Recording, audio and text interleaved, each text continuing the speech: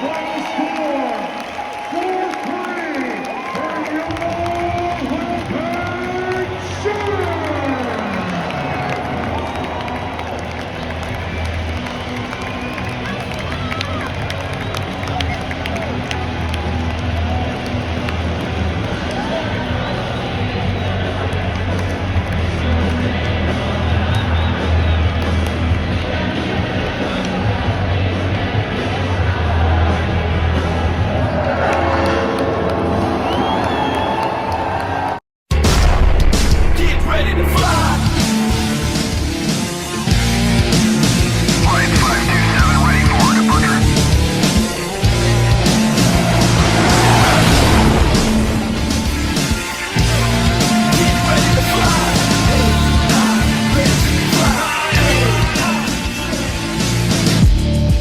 Afternoon and evening, ladies and gentlemen. My name is Zach Reno, and welcome back. I'm going to be honest, we're a couple Caesars in, lads, and I just got home from the game, so we're not going to do the proper setup. Although, you know what? I am just as hyped as a normal game.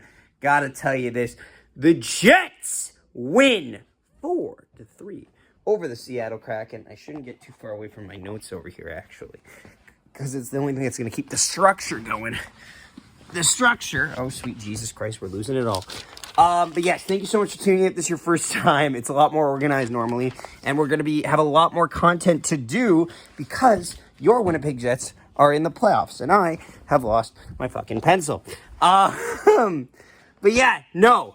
Jets secure home ice advantage with a 4-3 win over the Seattle Kraken, and they possibly have a chance at clinching the William M. Jennings Award, which we will cover in the next game, because so far they have a 3-goal lead now, as they've lost a goal lead. Florida in their last 2 games gave up 6 goals. We've so far given up 3 in our last 2. So it's tight. It's tight right now. We have a 3-game cushion. But after that, then we lose the Jennings, because Florida's done. But yes, this game was so much fun, honestly. It was a little nerve-wracking. Not because, more for the Jennings, honestly, than for me, in my opinion, than the game itself. I knew we were going to get a point in this game. I just didn't know how ugly it could be, and it got ugly at times. Don't get it twisted. First off, Kyle Connor does score on a nice pass in front of me. 1-0 reaction here.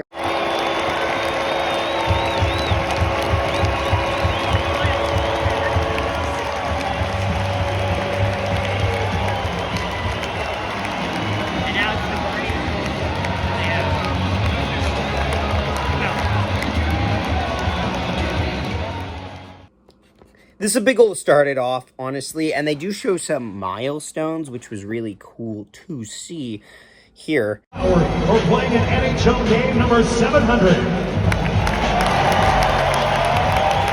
Nikolai Ehlers, we're playing an NHL game number 600. And Alex Iafallo, we're playing game number 500 of his NHL career.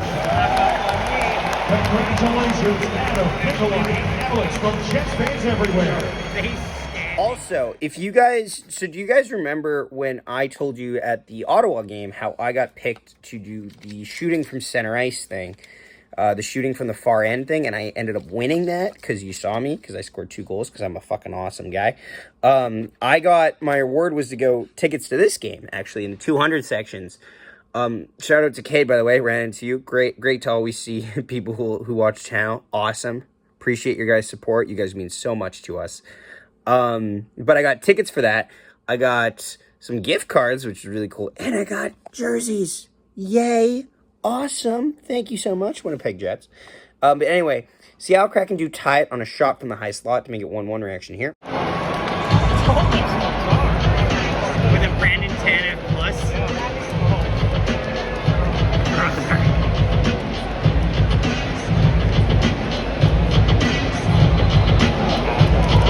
Really good screen.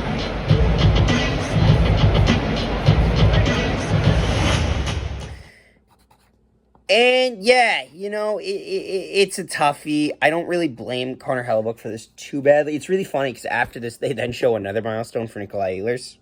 Bro, they're not getting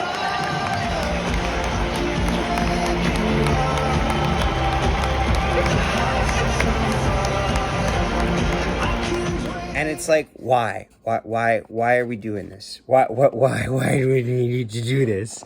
You didn't need to show the milestone after giving up a goal. Thankfully, with under a minute later, Kyle Connor retakes the lead on a gross move that just darts Philip Grubauer into giving away half the net reaction here.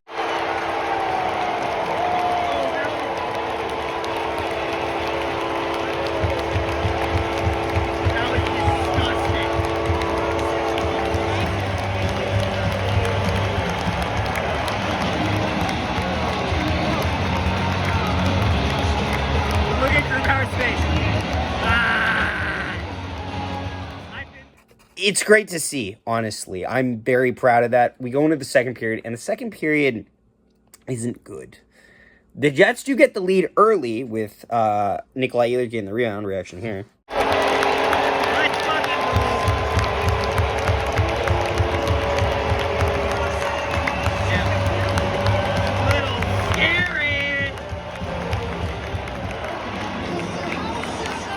I am happy to see that second line contributing as much as the first line, but the defensive lapses, my God. First off, they give up a goal.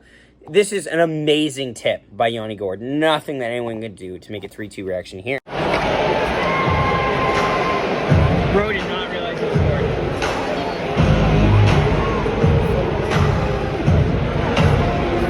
Sit down, Dustin. Oh, what a deflection by you.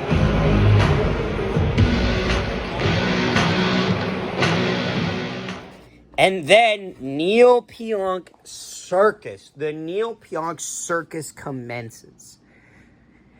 Brother, I don't know how you thought this was going to work out, but Neil flubs it so bad that it's a 3-on-0, and they score a reaction here.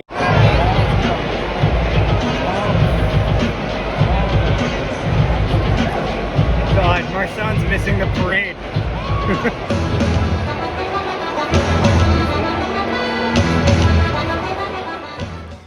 That takes us to the end of the second period. What time is it? Moose Watch!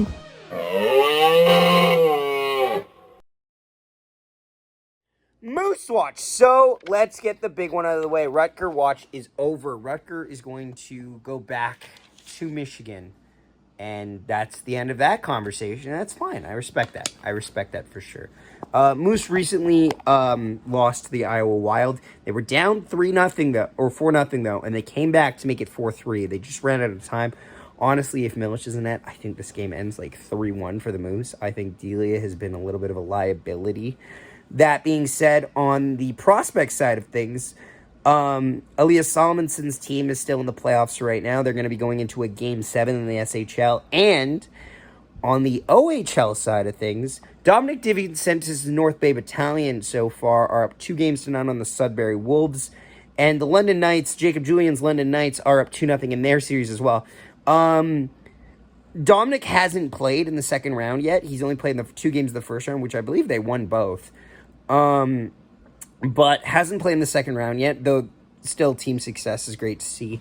Jacob Julian has had at least 3 points so far in the second round and is a point-per-game player in these playoffs for the London Knights, who look like they could be making noise in the OHL playoffs, so we'll keep an eye on that. Here are the clips from the Moose game reaction. Sends it across for Capobianco. He's into the attack.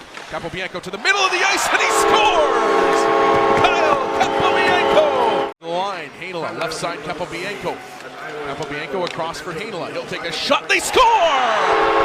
Billy Heinola gets one to go, and the Moose are back within 2. Off to the wing. Holtman waits. Now he shoots. Plants it.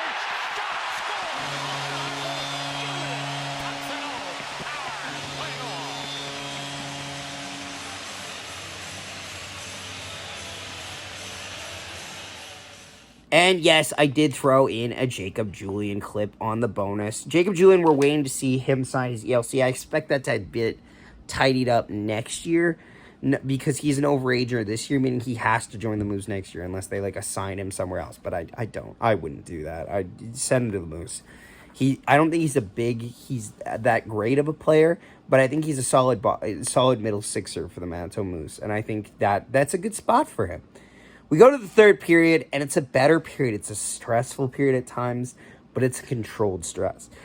There's only, like, part moments. Also, too, Brendan Dillon and Logan Stanley throwing the body out there. Love to see that. Brendan Dillon had a rough night. Brandon Tanev had a rough night getting leveled a couple times. And then it ultimately results in a Tyler Toffoli power play game-winning goal reaction here. In the bar. In the discotheque. Oh!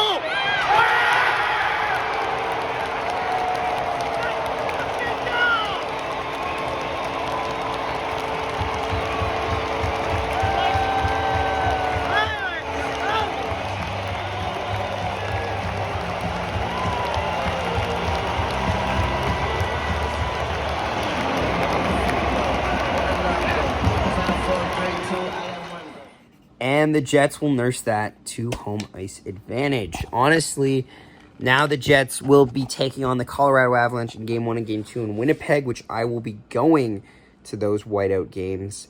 And pretty much, it's great. I'm excited. And then Game 3 and 4 will be in Colorado. I'm not sure if I'll be able to live stream both of them, or if we are, it might not be me. It'll be Carter for sure, but we will live stream those games. And we'll just see where the series goes. Honestly, guys, what are your guys' thoughts on this game? I know this was a bit of a quick one. I'm not the most coherent right now. I'll have more condensed thoughts after the Vancouver game in 2 days. But I'm just happy. I'm happy they got the win. And this is a 7-game win streak. I am ecstatic. This is so great to see. Go Jets, go. Thanks so much for watching. Please leave a like and subscribe down below. And we will see you next time when you're Winnipeg Jets take on the Vancouver Canucks. Oh, and also the Star Wars video that will come out tomorrow. Check that out. Nikolai Ehlers chips it through, gets around.